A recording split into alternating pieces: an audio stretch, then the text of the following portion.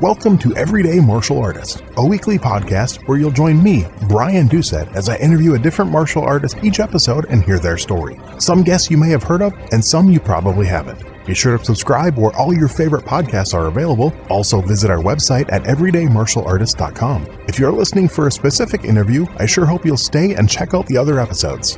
A very special thank you to Topher Williams for our custom theme music. And now, the newest episode of Everyday Martial Artist. Everyday Martial Artist is brought to you by KOOnline.com for all your martial arts needs. Sparring and safety gear, rank belts, uniforms, weapons, patches, and more. Wholesale supplies made by martial artists for martial artists. Visit us today at ko-online.com.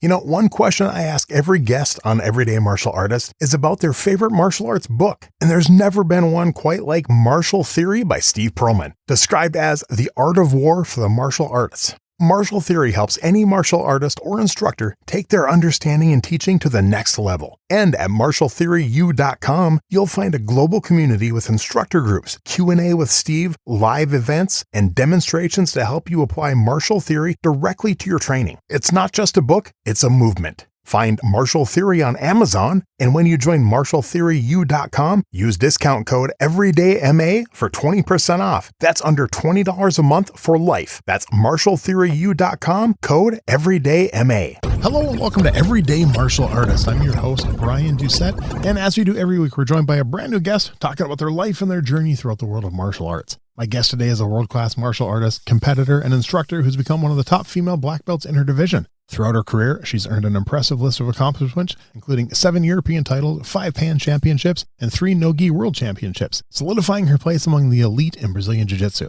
Known for her sharp technical skill, competitive mindset, and relentless work ethic, she's also built a reputation as a passionate leader and mentor both on and off the mats. When she's not training, teaching, or competing, she's a dedicated mom to 4 boys ages 16 to 26. Outside of Jiu-Jitsu, she enjoys running, lifting, doing puzzles, and traveling. Please welcome my guest today, Kim Bowser. How are you doing today, Kim? I'm good. Thank you. Thank you so much for having me. Hey, thank you. I know I tell this all my guests, but I know how busy people are. I know how crazy life can get. So anytime anyone's willing to carve out a little bit of time and do this, I truly, truly appreciate it. Yes. Of course. It's fun and an honor for me to be here. Cool. Well, what I do with all my guests, I'm not sure if you've listened to any episodes yet, but what we do is I want to go back to the beginning. I want to know where that first interest in martial arts came from, kind of that first spark that kicked off your martial arts journey. Yeah, of course. So I started training martial arts 13 years ago. So kind of 2012, 2013. Okay. And at the time, I live in California, Southern California, and there is a brand of gyms here called UFC Gym. Oh, yeah. Yeah. So kind of like a 24-hour fitness or an LA Fitness, but they brought in some like mixed martial arts inside, like for classes. So they had jiu-jitsu and Muay Thai and things like that. And so they opened one up next to the Costco that I always shopped at. Nice. And yeah, my kids were really little at the time. And so I just had gone in to kind of see, and they had,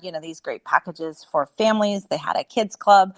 My youngest was 3 at the time. And I was like, you know what? I need this in my life. And it was great because they had jiu-jitsu for kids. So okay. I started with a gym membership there, and my kids were doing jiu-jitsu, and I was really just going to the gym to work out. Mm-hmm. At the time, I was running a lot, like avid, doing a lot of marathons and half marathons. Wow. And I did ready because I was running so much outside, and sometimes really early in the morning, sometimes really late at night. I had a couple instances where I'd been like stopped by cars and had like guys approaching me and things like that I was like, man, I don't know what to do in these situations. And so they offered this class. It was a woman's self-defense class. Okay. So I thought, okay, I'm just going to take this one class that they offer, women's self-defense, 1 day a week, and hopefully I'll get some skills to learn how to defend myself. While my kids were training jiu-jitsu, I had no idea what jiu-jitsu was. I was like, this is just a great thing for them to be able to do. Okay. And I would go like pick them up from the class, and I would watch my kids on the ground with somebody on top of them. And I would say like a lot of things that parents say, to their kids, Mm-hmm. like, why'd you let the kid do that to you? Like, why didn't you get up? Why didn't you push them off of you? And they would say, Mom, I was trying. And I was like, it didn't really look like it, but okay. The first time they came home, like with a stripe on their belt, they were so excited. And of course, I was excited for them, but a little in my head, I was like, it is a stripe, like a piece of tape on your belt. How can this mean anything?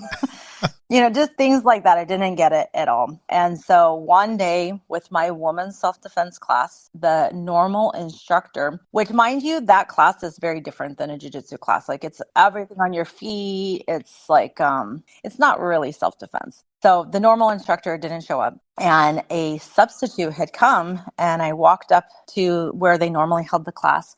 And I was kind of looking for the normal instructor.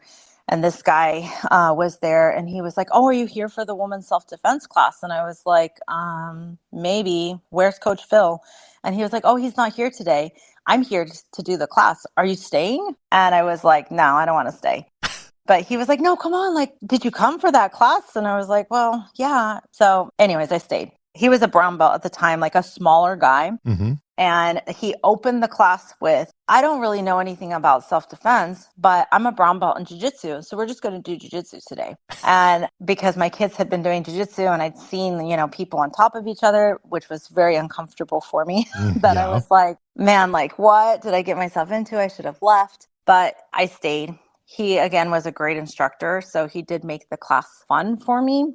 And that was kind of my first realization that this self-defense class wasn't really so beneficial for me, because it was just like it was more like working a little on footwork and some situations on your feet, like basic grip breaks, things like that. Yeah. But the actuality of like feeling what it's like to have somebody on top of you, it never was going to give me that experience. So I kind of thought about it like after that first class, I don't know, maybe this thing would be good for me. I didn't really like anything about it, but it was the feeling of like, maybe I should do this. But all the classes were in the gi, and the gi is like over $100, that I was like, I don't want to spend the money on this ridiculous looking thing to do something that I'm not even going to enjoy. And so I thought for a month, then they had a sale on the gi. And I was like, all right, you know what? I'm going to buy the gi. I'm going to do this one day a week. I don't want to do it, but I think it's something that I need to do and that's going to be good for me. And so my first official jiu-jitsu class, I was in a normal class with a different instructor with a male, because back then there was not so many females in jiu-jitsu. Right. So that class, I think there was no girls. So they put me with this one male who, a nice guy. We were just doing technique and he mounted me. And it's the first time in my life I felt like I had a panic attack. Oh, wow. Just to have somebody on top of me like that, like he wasn't even putting pressure, but just a male that I didn't know, being so close in my personal space. And then to feel like, now get out. And I was like, this is impossible. Like I can barely do what you're showing me to get out. And he's not even resisting me. And so that was like a really big wake up call for me of everything about this I hate. It's so uncomfortable for me, but I need to do this, because as a female, my whole life, I had this feeling of being scared. Like, what if I was attacked? What if I needed to defend myself? And the false reality I had was, well, if that ever happens, miraculously, I'm just going to know what to do. And when I got into that situation in a safe environment, I realized I have no idea what to do. And I'm probably going to freak out and just let whatever is going to happen. And I will never be able to defend myself. So that was really kind of my first start of jiu-jitsu. Started to train. I was like, well, I have all these other things. I have 4 kids. I work full time and I'm running a lot. So I only have time for this one day a week. And I hated going to class. Like it gave me so much anxiety for the first 3 months. And then when they would do any type of situational or rolling, that gave me so much anxiety that I was like, can I use the bathroom? So I could kind of avoid like that time of the class.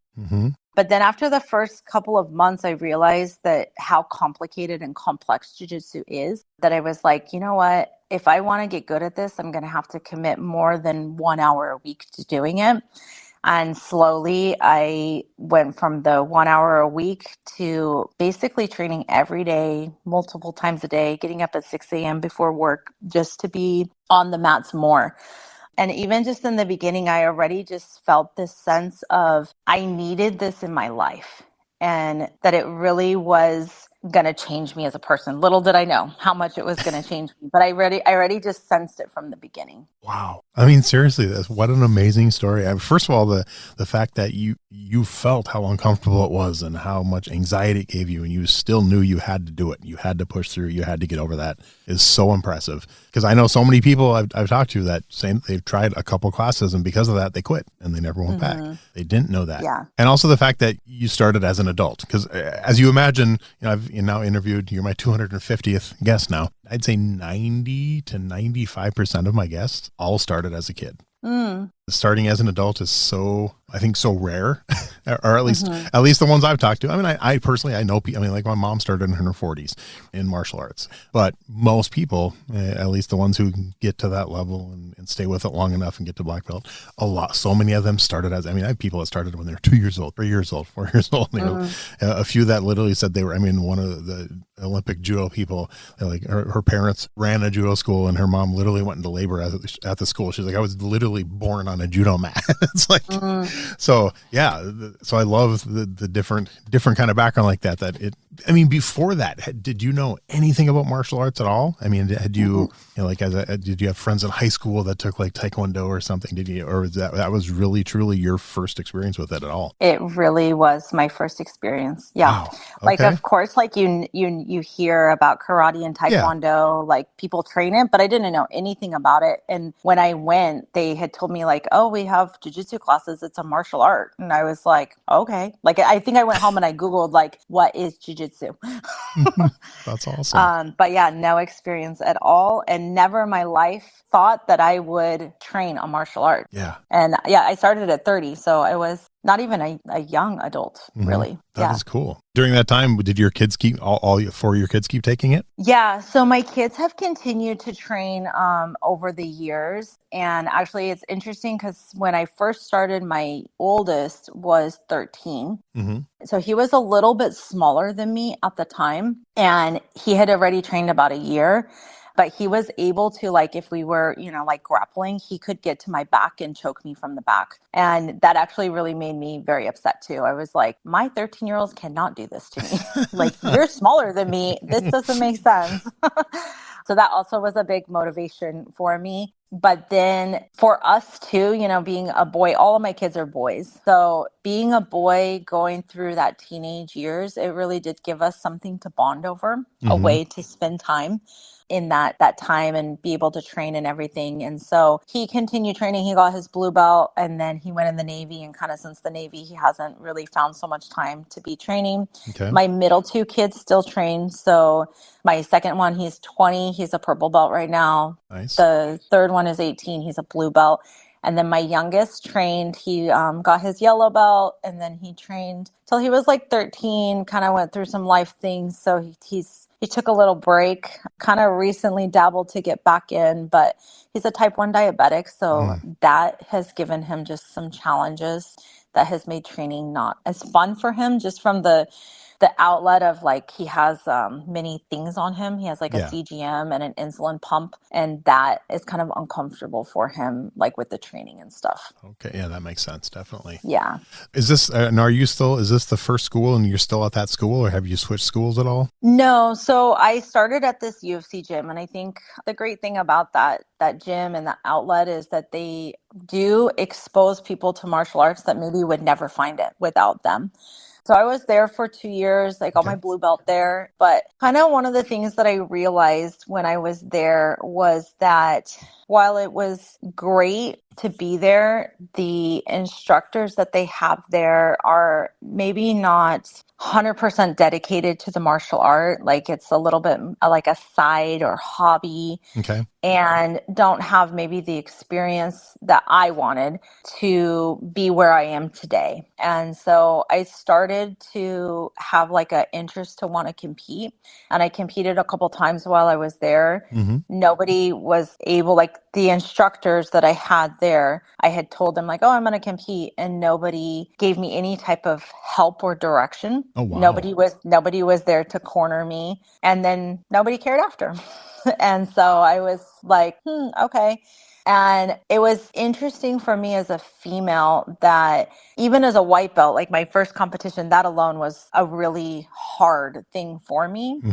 But the feeling after, I really liked. And I realized I did win gold in my first white belt competition. Nice. And I had a feeling of, I think this is something I could really be good at. And so, you see, like, I think that's one of the things that's really beautiful about jiu-jitsu is that you have the ability to go very far, regardless of your age that you started. Mm-hmm. And even the masters divisions, world masters is insane. The level of people that are there at all ages and people that you see them in their 40s in the best shape of their life and actually tougher than a younger athlete. And so I was like, you know what? I think this would be cool. I think I can be good at this. And I would love to be a world champion in this sport. And the guy that was kind of my main instructor at that place, I had told him like, yeah, I have this goal. I think it'd be cool to like go to one of these big tournaments to try to win. And he kind of laughed at me and he was like, it's not that serious. Like we're not that serious here. And I was like, oh, okay. And so it already kind of like defeated me and I stopped competing. Oh, And I wow. was like, okay, it's not so serious. So, and I don't really know what I'm doing. I need some direction. Nobody's going to be here to help me. And so I just kind of put my head down and just continued to train. Mm-hmm. And then my instructor, Juan Pablo Garcia, he had moved to the Corona area and opened a school. And so some of the people there were like talking like, oh, there's this new guy. He opened this school that's like down the road. Let's go check it out. And I'm a very like creature of habit. So I was like, no, it's fine. I don't want to go somewhere new. But I did go. And when I went the first time to his school, you can just feel his passion about jiu-jitsu. And it was very different. And the second I walked in and I heard him like start the warm-up of the class, I was like, oh, I'm done. I'm going to be here. Nice. And I went and I started training there. And he actually had another guy at the time, a coach that was a purple belt, a smaller guy. So he had me all the time kind of just drilling with him and sparring with this one guy because the school was pretty new. He didn't have a lot of students at the time. And then a lot of bigger white belt guys. And so one of the things I really do appreciate him as my instructor being a female is that he has always designed everything to keep me safe and only have me training with people that he knows would not hurt me and kind of take care of me in the role. So this guy who was coaching for him at the time had asked me like within the first couple of weeks I was there, hey, do you compete? Like you seem like you would be really good competing. And I was like, well, I competed a few times, but I already kind of lost interest. And he was like, but why? And I was like, well, I don't know. I just had this goal and then I told somebody and they kind of laughed at me. So I just decided like, I'm just going to train jiu-jitsu just to learn jiu-jitsu. And that was it. And so he obviously had told Professor JP. And a few weeks later, he came to me, Professor JP, and he said, do you compete? And I was like, no. And he was like, but I heard like Coach Dan told me like you do compete or you have. And I was like, well, I did a couple times, but I'm not going to compete anymore. And he was like, but why not? And I was like, I told somebody I wanted to be a world champion and they laughed at me. So I decided it wasn't a good idea. And then he looked like me, like dead in my face. And he said, do you want to be a world champion? And I was like, well, I thought it would be cool. And he was like, if you want to be a world champion, I will make you a world champion. And I was like, really? And he was like, yeah. And so then we had like this handshake of like, okay, you put the work in, I'll give you the direction. Let's do it. And actually it was crazy because I was really excited. And then it was very different experience for me because I trained a couple of years with people that didn't care, that didn't give me any direction. I just showed up to class, whatever was in the curriculum they gave me, and that was it. And he already just gave me like very specific goals, specific positions to work on. And then right away said, okay, let's pick a tournament and let's go compete. And it was pretty quick within a few months. And I remember like when I went, he was actually there in my corner coaching me. Nice. And then the first fight that I had done like everything that he had told me to do. And I started to work a lot on my guard. That was kind of my first thing that I worked a lot as a jiu-jitsu athlete. because being a female, even just training, I could never stay on the top. Always, like all the guys, again, I trained, I think, until my brown belt with only men. Oh, wow. And so I just always was like the lighter person, and even like side control mount, I didn't know how to control the positions very well yet. So they just always would like bench press me off, be to the bottom. And so I learned, okay, if at least if I can learn to play guard, and then I play a lot of spider guard. So able to utilize my legs to keep people away from me. So that was my first position he taught me a lot about. And so he had one sweep he taught me, and I was doing a lot in the academy, and he always was like yelling at me in the academy that I was letting go of the legs and not able to do the sweep. And I was like, I'm able to sweep. Like, when you're in the training room and people kind of let you do things. Mm-hmm. Yeah. And so then I went to this first competition and I hit this sweep 3 times, but I was never able to complete it. The girl just kept coming back on top of me, and I was really frustrated. And after, I think a lot of the feelings that every jiu-jitsu athlete feels, and part of the reason I think a lot of people don't compete, is the fear of the disappointment, like not only for themselves, but for their instructor or for their teammates. Yep. And so I lost the fight by 2 points because she actually had got like takedown points when I was pulling guard. And was really disappointed, like not only for myself, but man, here's this person who's now my instructor who's putting a lot into me, and I couldn't perform for him. But one of the things that really was eye-opening to me is right after the fight, he wasn't mad at me. And he right away said, I know 100% why you missed the sweep, because you did it 3 times, but you couldn't finish it. And I was like, why? And he said, because you let go of the leg. And how many times have I told you in the academy, you let go of the leg and you never listened to me? And I remember in my head, because he would always be like watching me train and be telling me, don't let go of the pants, don't let go of the pants. And I would. And in my head, I would be like, it's not a problem. You don't know what you're talking about. But then and I was like, really? That was it? And he's like, that's it. If you hold the pants, you will finish the sweep. So, but he wasn't mad at me. It was literally from a perspective of technical instruction. Mm-hmm. So he said, go sign up for the Absolute right now and go fight again. Okay, great. So went and signed up for the Absolute, had a couple more fights, won the Absolute in that event, fixed exactly what he told me. That was the problem. Fixed it, was able to win the fights. And that was really, I think, such a great learning experience for me, because as a student in jiu-jitsu, it was when I really learned to be more coachable, because already in my head, it was kind of like, oh yeah, I can only half listen to you, or, oh, but I know this. And it is one of the things even to today that I take, because of course, like I'm already a black belt. I'm also instructing a lot, but I still am competing. And so to be coachable, I think, is one of the things that you really have to learn to be able to have success in your own athletic journey. Like if you want to perform in that way, you do need a coach on the outside, because they do see things differently. And even when you don't understand certain things that they tell you to do, you have to really do your best to be humble and really try to listen to what they're saying. That's cool. What was the first big tournament you won? So my first big tournament that I won, I believe, was Europeans. Okay. So I won Europeans, the IBJJF Europeans, in 2018 as a purple belt. Okay. I won double gold there, actually. So that was actually a really big thing for me, because it was my first time competing internationally, and really went through a lot of things for that moment. Again, like not only just going there and having to deal with like time zone differences. It was my first time I showed up actually overweight there. Oh, wow. Because first time traveling, I didn't know, like I never had a problem with weight actually at that time. Like the weight that I was fighting, I always made the weight like very naturally.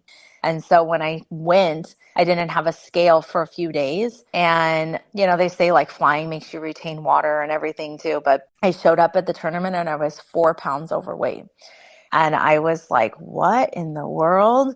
And so literally Professor GP was like, go change your clothes and we're going to run. And I ran for 2 hours. Jeez. And literally they were calling my name at the bullpen to check in. And they were like, this is your last call. You're going to get DQ'd. And on the test scale, I was still like a half a pound overweight. And he told me, like, just go, like, you have to go check your weight or you're going to get DQ'd anyways. Mm-hmm. So I went to the scale at that tournament and I had my belt that I didn't tie it. And I was like holding it to the side and I only stepped on the scale with one foot just to try to make myself as light as possible. So I made the weight. I was like 0.1 under. And so I took a deep breath. I walked into the bullpen. I literally had the bottle of water to my mouth and the guy was talking actually in Portuguese. And he said, no, she didn't have both feet on the scale. Come back. She has to reweigh. And they made me come back and I had to reweigh. And they said, put both feet on the scale. And I was like, oh, deep breath. And I made the weight right on. Wow. And because I had waited so long, they were calling me right away to the mat. So sometimes you are able to go even at IBJJF and they weigh you in. Mm-hmm. And then you have maybe 30 minutes that you can kind of drink water and recover a little bit. But this time, because I'd waited so long, they literally just took me to the mat. And so I'd gone through like 2 hours of cutting weight, no water, and went out. The fight actually started kind of bad. Like the girl like passed my guard right away. And I had this feeling of, man, I came all the way here. I just cut weight for 2 hours and now I'm going to lose, like this. But I think those are like the moments when you're fighting. And one of the things I really love about competing and training is it really forces you to dig really deep and really find the grit and the perseverance of things are not going well, but I'm going to dig deep and I'm going to fight. And so I was able to recover and then like turn the whole fight around and finish tapping her. At that time, actually, I had a pretty bad knee injury. So I walked off of that fight and I was like, man, my knee is hurting so bad. But already I was like, no, that's it. I'm already here. I already did a whole lot. I didn't come this far to lose. So a couple more fights, won double gold, or I won gold in my division. And I always fight like division and absolute. So I went, signed up for the absolute. It was going to be like in 4 hours. They had a cafeteria there. And I ate something and passed out. Oh, jeez. And literally somebody started like touching me and they're like, we have to go fight the absolute now. And I was like, no, it's going to be in 4 hours. And they're like, you have been sleeping for 4 hours. Oh, wow. And I was like, no way. And they're like, yeah, get up. They're calling you. So I got up. I was so sleepy. I was really thankful that my first fight was kind of an easier fight because I watch it back and I'm like, I look like I was asleep in this fight. But after the first one, I was like, okay, I'm awake. And then I think I had 3 more fights and, ended up winning double gold there. So it was just a really huge thing for me. It was a couple years of hard work that I was competing a lot locally and a lot in smaller tournaments and doing very well. But that was my first really big tournament that I won. That's cool. And how long was it from when your coach basically said, I'm going to help you become a world champion to when you won your first world championship? So that was 2015. And then I won that in January of 2000. So about 2.5 years. Wow. Okay. Yeah. That's cool. And was that the no-gi world championship? That was, so the no-gi world championship. Yes. Yeah. Okay. Yeah. Very cool. And you said you still compete now too? Yeah, I'm still competing. Okay. What made you want to, you said you also instruct some and teach. So what made you want to teach? What drew you to that side of martial arts and wanting to share that knowledge? Yeah, that actually is also a very funny story because I never imagined that I would be an instructor of jiu-jitsu. So when I changed schools and I started training over with Professor Juan Pablo, he, of course, was already, I think, a 2nd degree black belt. I was a new blue belt when I met him. And I was just excited to be training, honestly. And for me, actually, training was kind of selfish. Like I just wanted to really learn and improve myself. And so I'd been there for a few months and he came to me one day and he said, I think it would be cool if we had a women's only class here. And I was like, yeah, I think that would be really cool too. And he said, like, would you help me with that? And I said, yeah, of course. Like, I'll be there to help support and like be to help with the girls. And then he was like, but no, I was thinking you could teach the class. And I looked at him like he was crazy. And I was like, why? I'm a blue belt. I don't know anything in jiu-jitsu. You're the black belt. Why would I teach the class? And he was like, well, you're a girl. It's different for like a girl to teach a girl. So I think it would be good. And I was like, but I don't know anything about jiu-jitsu. And one of the things that he said was, well, you are a blue belt. There's a lot of things that you know about jiu-jitsu, but even more than the things that you know about jiu-jitsu, to be a good instructor, you have to have a lot of care for people. And he said, I don't know you so well right now because I had only met him for a couple months. But he said, I just see that you have a lot of care for people. So I think that you would be good at it. So what do you think? And I used to have a really hard time saying no to people. And so I just said yes. And secretly in my mind, I was like, I hope this fails. Like, I hope it just happens for a few weeks. And then already he sees like, I'm not good at this. I'm not a good fit. And then just says, oh, thanks for trying, but I'll take over. But we had like this group of girls that just kept showing up. And I actually was really frustrated. I was like, I don't understand why they keep showing up. I'm not good at this. I don't like it. But he was like, they like you. So just keep doing it. And I really didn't like teaching so much in the beginning. It was really hard for me because jiu-jitsu in general was really hard for me to learn. I feel that I'm not like the most coordinated person. And so I really had to work hard to get good at jiu-jitsu. And then it was even harder for me. Like, I feel like I could barely do it myself. And then to try to help somebody else to do it was a whole different feat. But I stuck with it. And I eventually, after maybe 6 months to a year, I started to realize this is actually helping me with my own jiu-jitsu because it is kind of reps. It is learning how to get somebody else to do it. And yeah, so that was kind of my first thing, but I was working a day job. So I worked all day. I had my kids and I was a single mom at the time. And I wanted to just train as much as I could. And so actually Professor JB, he like kept offering me like, hey, you want to come work full time teaching in the academy? And I was like, well, I have to like support my kids. So this is how much money I'm making like in my office job. How much money are you able to pay? And, jiu-jitsu is an interesting niche because it can be very difficult to have a successful school that's making a lot of money. Yeah. And his school was very new at the time. So he just didn't have so many students. And so he was like, oh yeah, I'm not going to be able to pay you that. And so I was like, okay, well, sorry, no. Like, as much as I would love to be able to be doing more jiu-jitsu, like, I have to support my kids. And so I think a year went by and then the coach he had was going to end up like leaving. And so he had told me, okay, I just want to like let you know, because you're always telling me you wish you could come train in the morning, but you have to work. Would you like to come and teach full time? I have an opening again, so I want to offer it to you first. And I was like, well, I mean, of course I want to come, but I have to be making enough money. And so he was like, okay, but how much do you need? So I kind of like recalculated my stuff for what is the bare minimum I could get by. And he was like, okay, I think I can do that. And it was a huge pay cut from the office job I was working. Yeah. But for me, I wanted to train jiu-jitsu full time.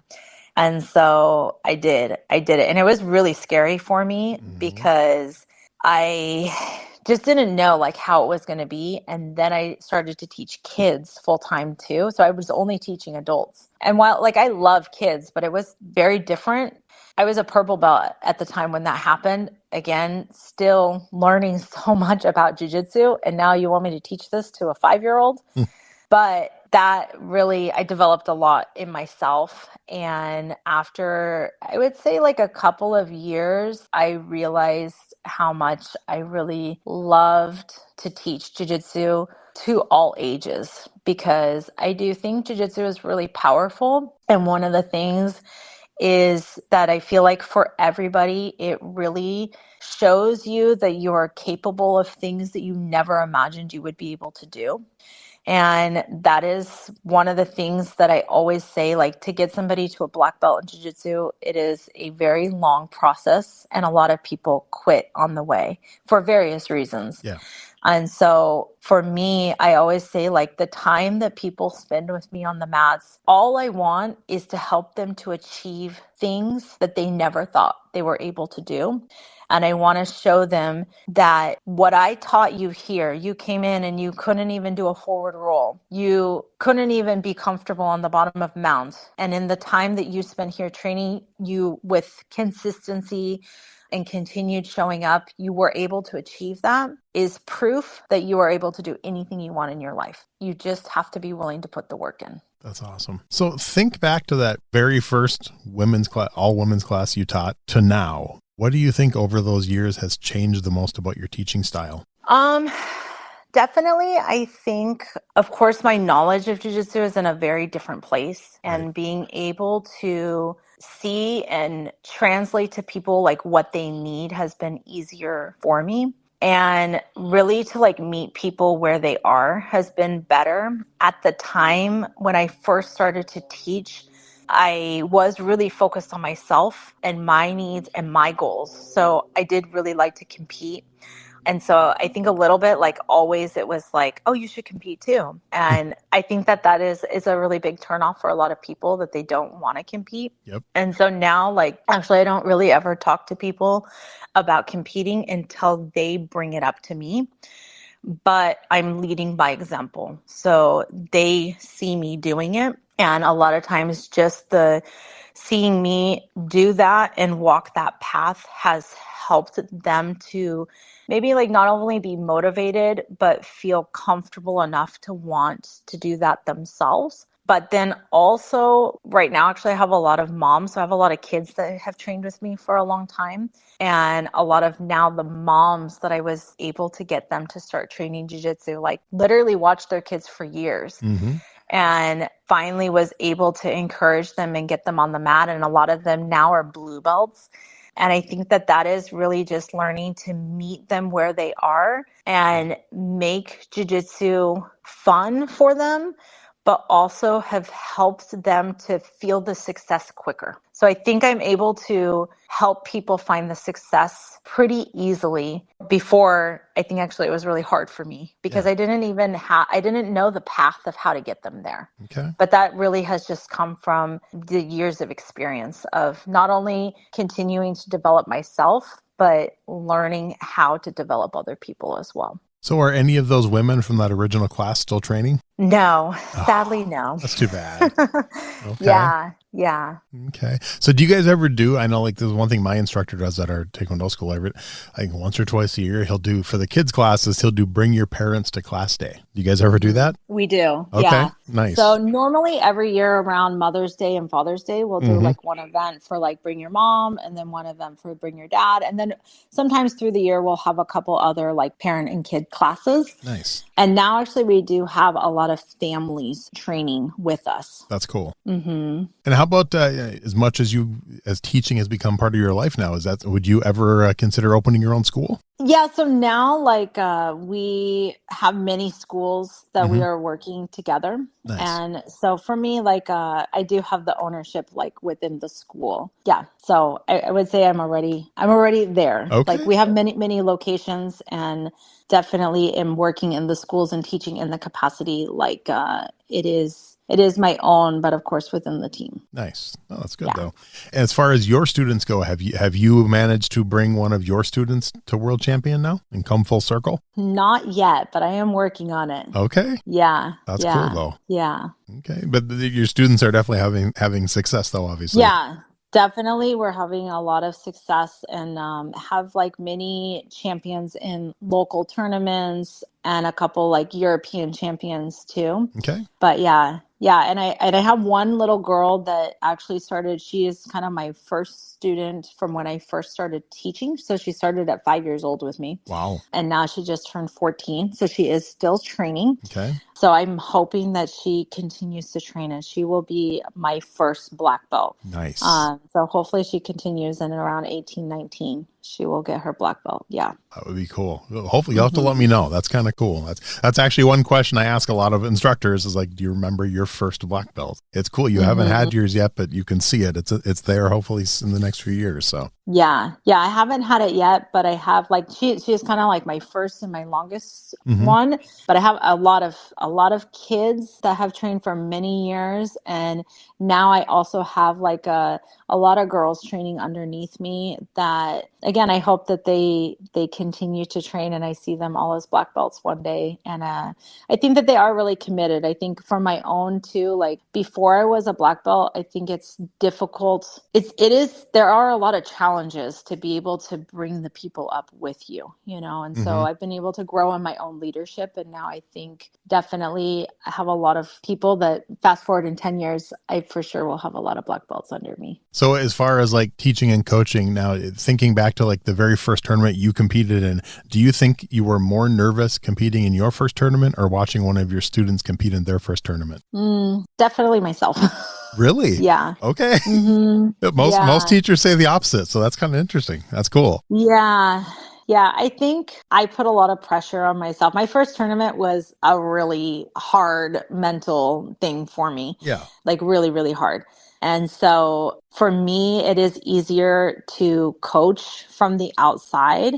And I try to do a lot of the work inside of the academy with everybody that is competing that I'm coaching, and really get them to a place that they're going to be able to perform well. So normally I already feel really confident. Like when we're going to the tournaments, I already know how the performance is going to go. Nice. Yeah. Okay. That is cool. And you yourself, you've been doing this a little over 13 years. Have you ever done any cross training, any other styles you've dabbled in, or strictly BJJ? No, pretty strictly jiu-jitsu. Like the only other thing, like a little bit of wrestling, but only for jiu-jitsu. Okay, cool. Yeah. So over your martial arts journey, is there one philosophy that you've learned or developed or come up with that is super important to you and it's at the top of your list? I think definitely discipline is something that has helped me. Actually, recently I was talking to some of my students. I think before I became a martial artist, discipline wasn't even in my vocabulary, nor did I even know what it was. And in the beginning, just to train is really hard. And you go through so much defeat on the mats, and you do really want to give up. It's hard. Like in the beginning, I remember it used to be really hard for me even just to show up. And you always had this lingering, like, I don't want to go. I'm tired. I'm sore. I don't feel good. All the excuses. But now I do have a lot of discipline in my life in every aspect. And because I have that, a lot of things are easier for me, that now I see newer people and the struggles that they're going through. And so I always encourage them to learn to build the discipline. But people always talk about discipline, like, how do you become a disciplined person and how do you get to where you want to go? The same with goals, right? Like people always say like, oh, I have these goals, but they don't know how to get there. And so they just kind of like wander aimlessly around. And a lot of times they don't achieve anything because they are just really lost with that. And so I am a really big believer that to get to a place of discipline, to learn how to achieve your goals, you have to first work on your daily habits. And so the daily habits are really the building blocks of your success. And the discipline is showing up even when you don't want to, because you have to get it done. So even if you're sore, it doesn't matter. You go anyways, because that is like really the big difference of discipline and motivation. Motivation is like, it comes and goes. Yeah. Sometimes you feel motivated, sometimes you don't. Discipline, you just do it because you know it has to get done. Nice. So as far as competition goes, is there a title or a tournament you haven't won yet that is on your goal list? You're hoping to accomplish that soon? Yep, definitely it is. Yeah.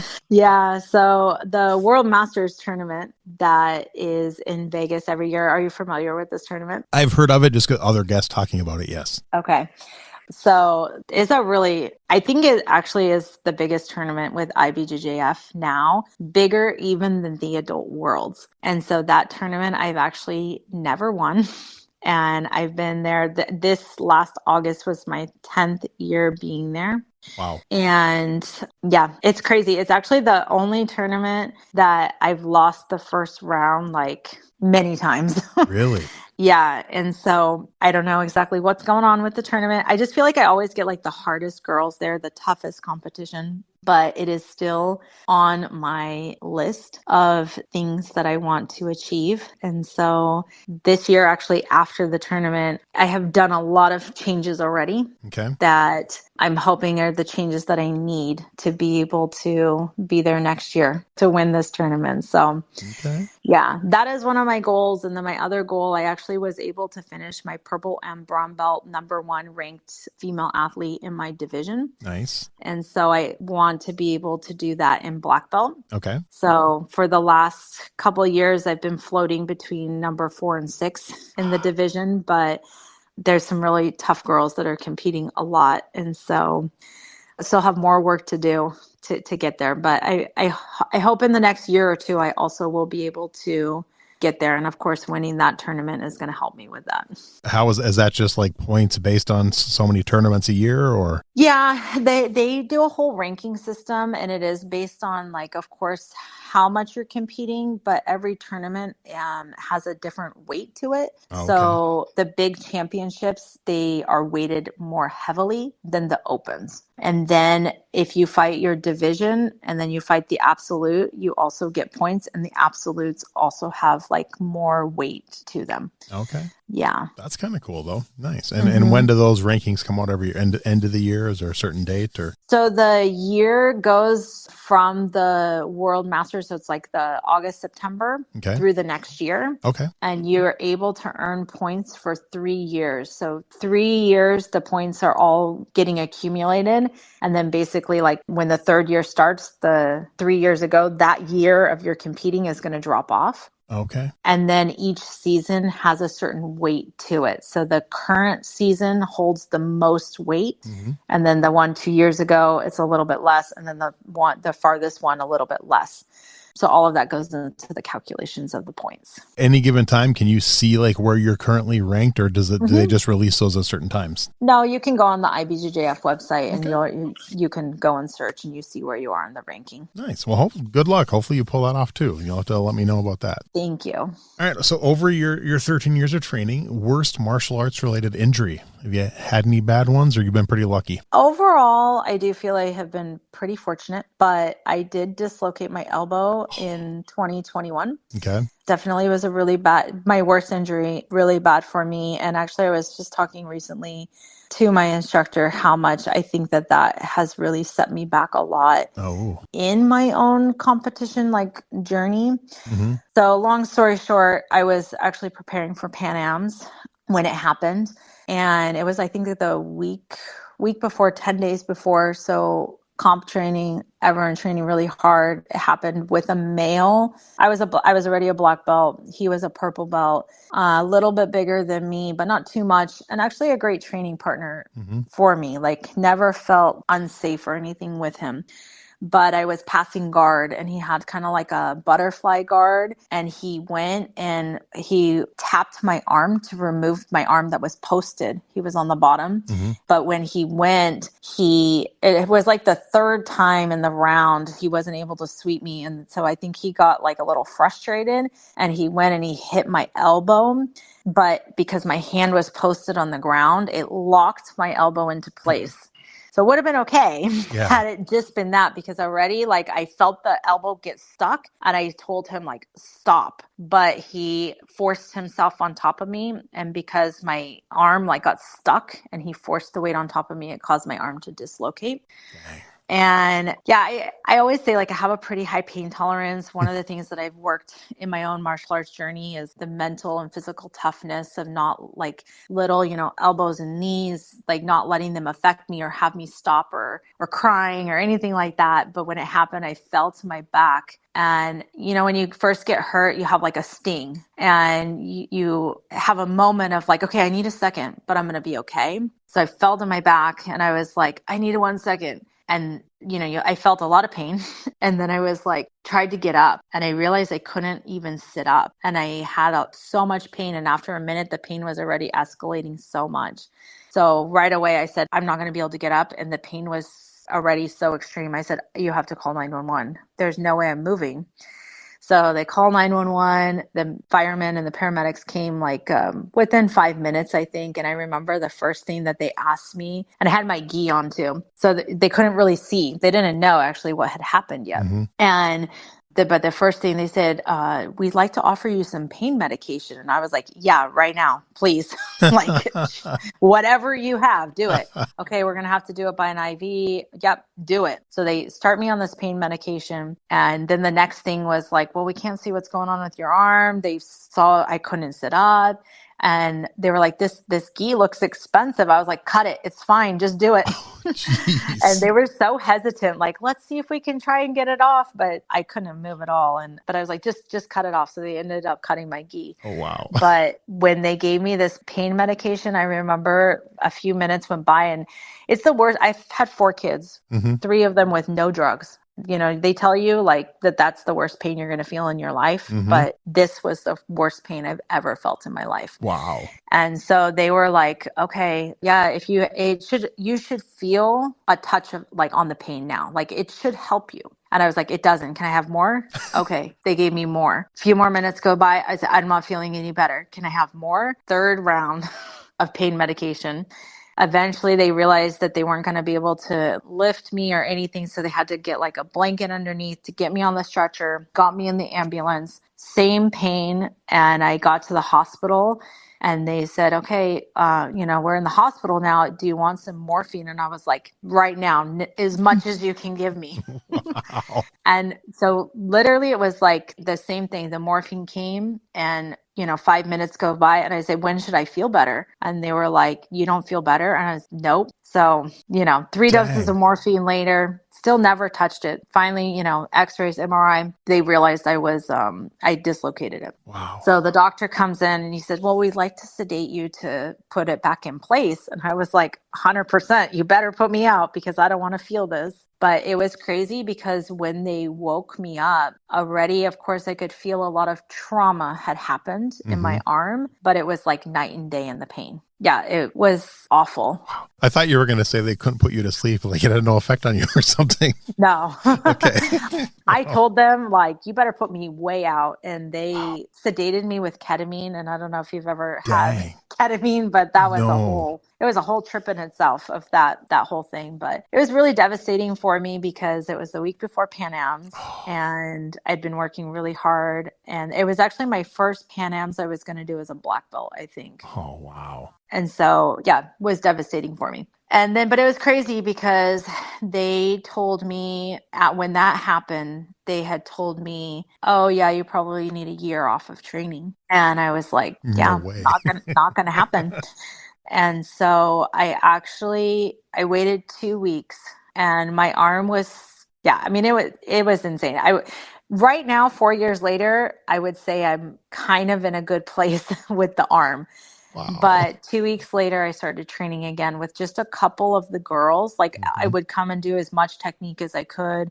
And a couple of girls that I had training that were a little lighter and I could control them pretty well.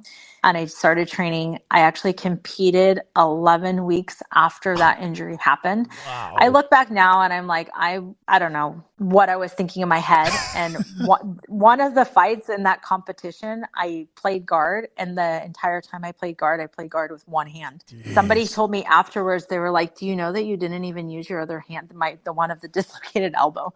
They're like, you didn't even use your hand the whole fight. And I was like, oh, I didn't realize that. But I went back and I watched the video and I was like, oh yeah, I did. But that really, it was a lot for me to overcome. I had a lack of mobility. I had a lot of pain every single day from that. And it did put back, I think, a lot in terms of my technical advancement, just because I do play a lot of guards. So I had a lot of limitations in what I really actually could do. but it also put a little bit of like fear in me because I didn't want to experience that pain ever again. Yeah. So I would have like moments when I was training that I felt like I had PTSD for a long time of feeling like, oh man, I would just go to the bottom when I was passing guard in fear of like somebody's going to touch my elbow. But I do think just in my performance of competing, it did have an effect.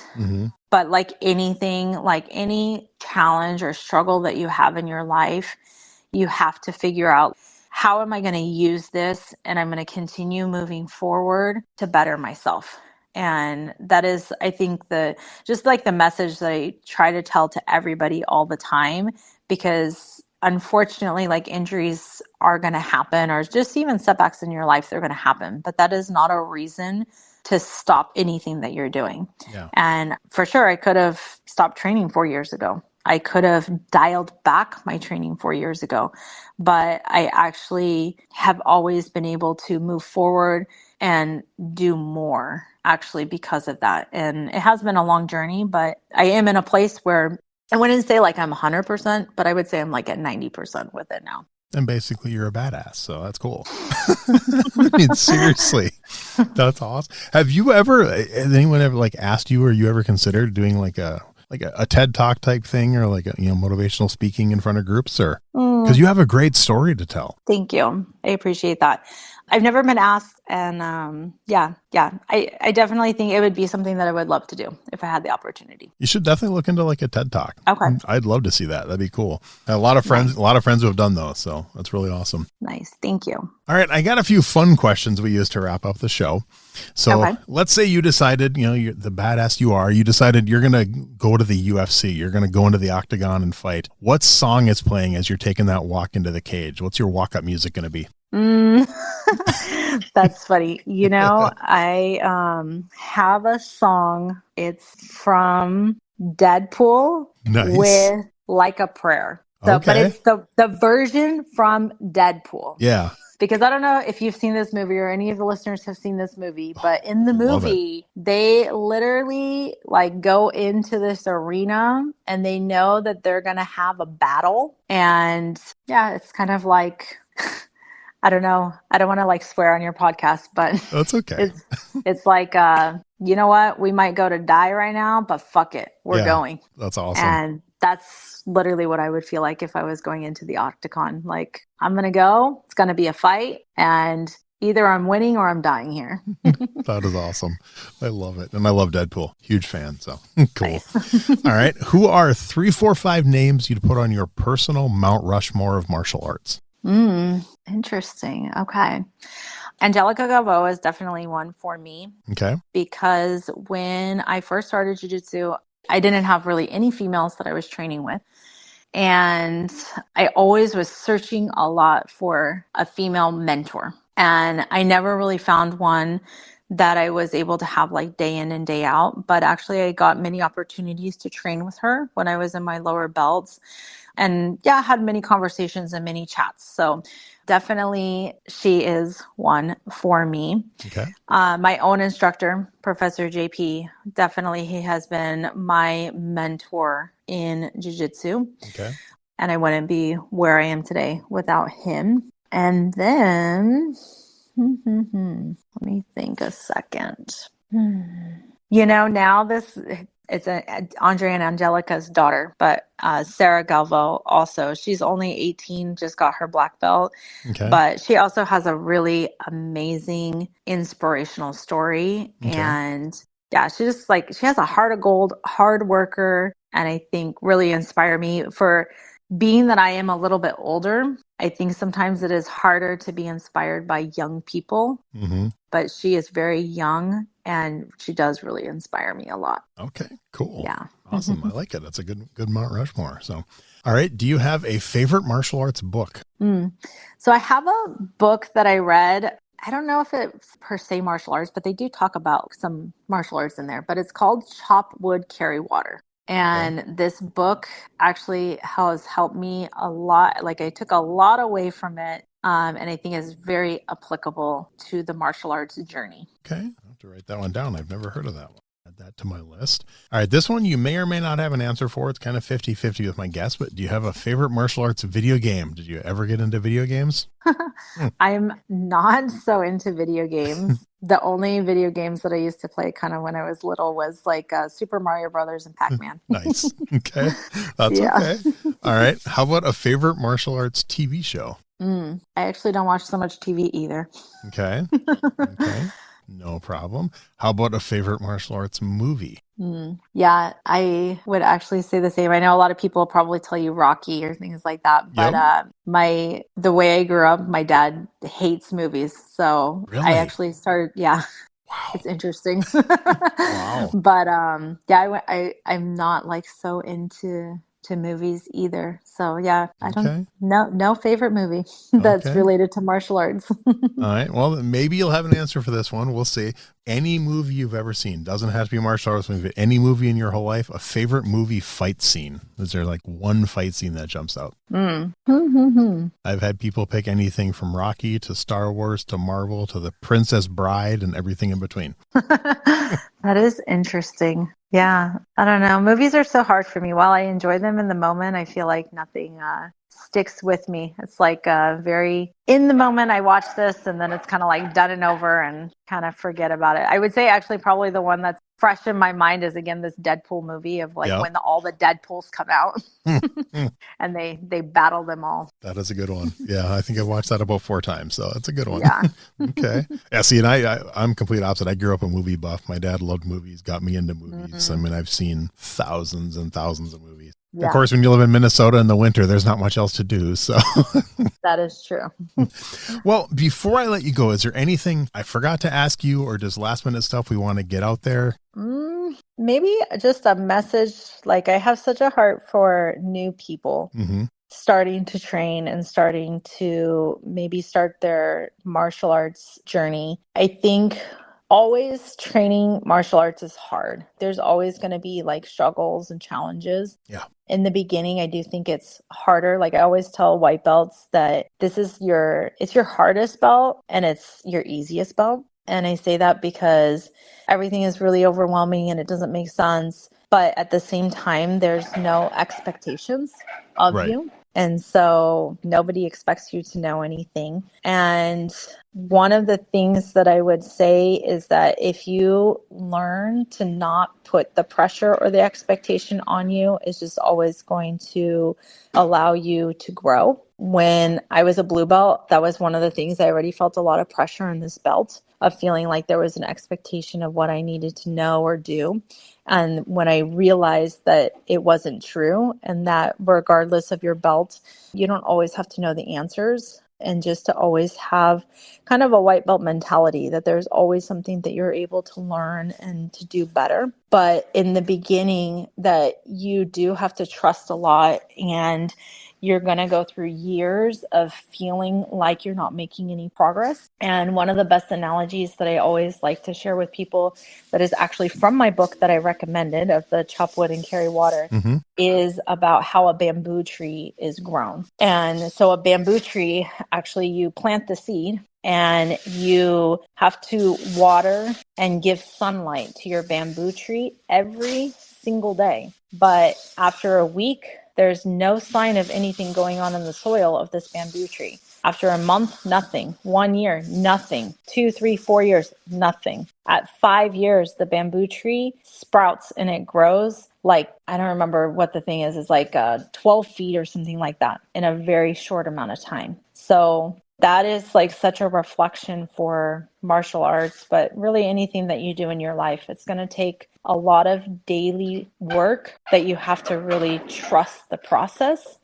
And you're not going to feel like you're going anywhere. You're not going to see any fruit that is coming from that daily work. But if you stick with it, after years, you will really reap the harvest. So that's awesome. Kim, seriously, this has been so much fun. I absolutely love your story. I'm so glad you were recommended to me by a listener, and I'm so glad that we were able to do this. I think the listeners are really going to enjoy this episode. Thank you. Thank you so much for having me. Wrap up today's episode by taking your own training to the next level with Martial Theory by Steve Perlman, the book that's redefining martial arts thinking. Find Martial Theory on Amazon today. Join the worldwide movement at martialtheoryu.com, where you'll find Q&A sessions, live events, and direct guidance from Steve himself. Use code EverydayMA for 20% off for life. That's martialtheoryu.com, code EverydayMA.